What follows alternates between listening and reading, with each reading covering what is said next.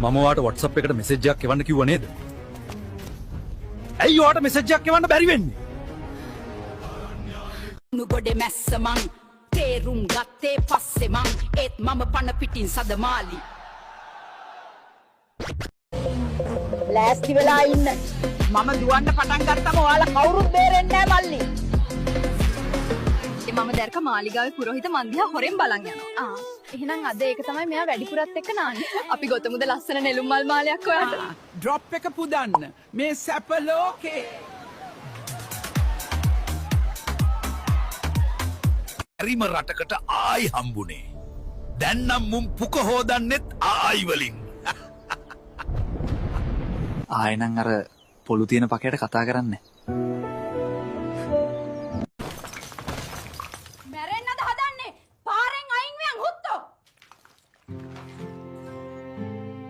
අවුලේ නම්බුව රකින්න කියලා තියෙන සේසතම විකුණලා තාත්තා මට IT ඩිග්‍රී එකක් කෙරෙව්වා. දැන් මම පෙරනවා තාත්තා බෙදනවා. අහගෙන එකෙක් කියනවා AI නිසා IT කරන අපේ ජොබ් නැති වෙනවලු. අනේ පැංචෝ. කෑෂ්ඩා කාඩ්ඩා මට පුකෙන් ගෙවන්න පුළුවන්ද? හරිම තේ ඒක.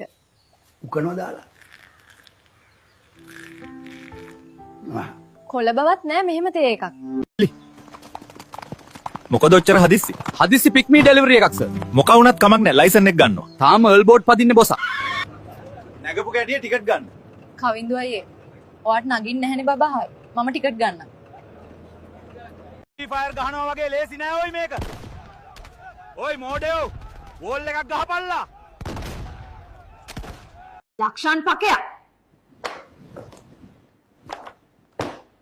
මූ අදත් මේක වරද්දලානේ. උඹලා ඉස්සර මාව මතක් කළාලු නේද බං? මමත් ආසාවට ඒ ඇපල් ගහ යටට ගියේ නෑ බං. මටත් කැරිම වැඩක් වුණේ. උඹලා හිතන්නේ මම මේකෙන් කාට කතා කළා කියලාද? මගේ කෑල්ලට බං. මගේ කෑල්ලට. ඔයාලා මේකෙන් බලන්නේ දුර තියෙන දේවල් නේද? මම මේක හැදුවේ ගෑනු නාන දිහා බලන්න.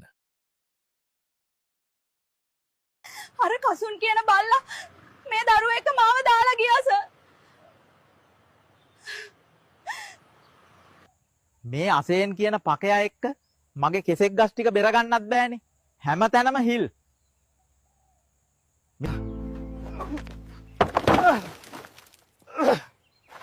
මේ ප්‍රොම්ප්ට් හදන පකයලා නිසා පුක ඇන ගන්නත් වෙනවා.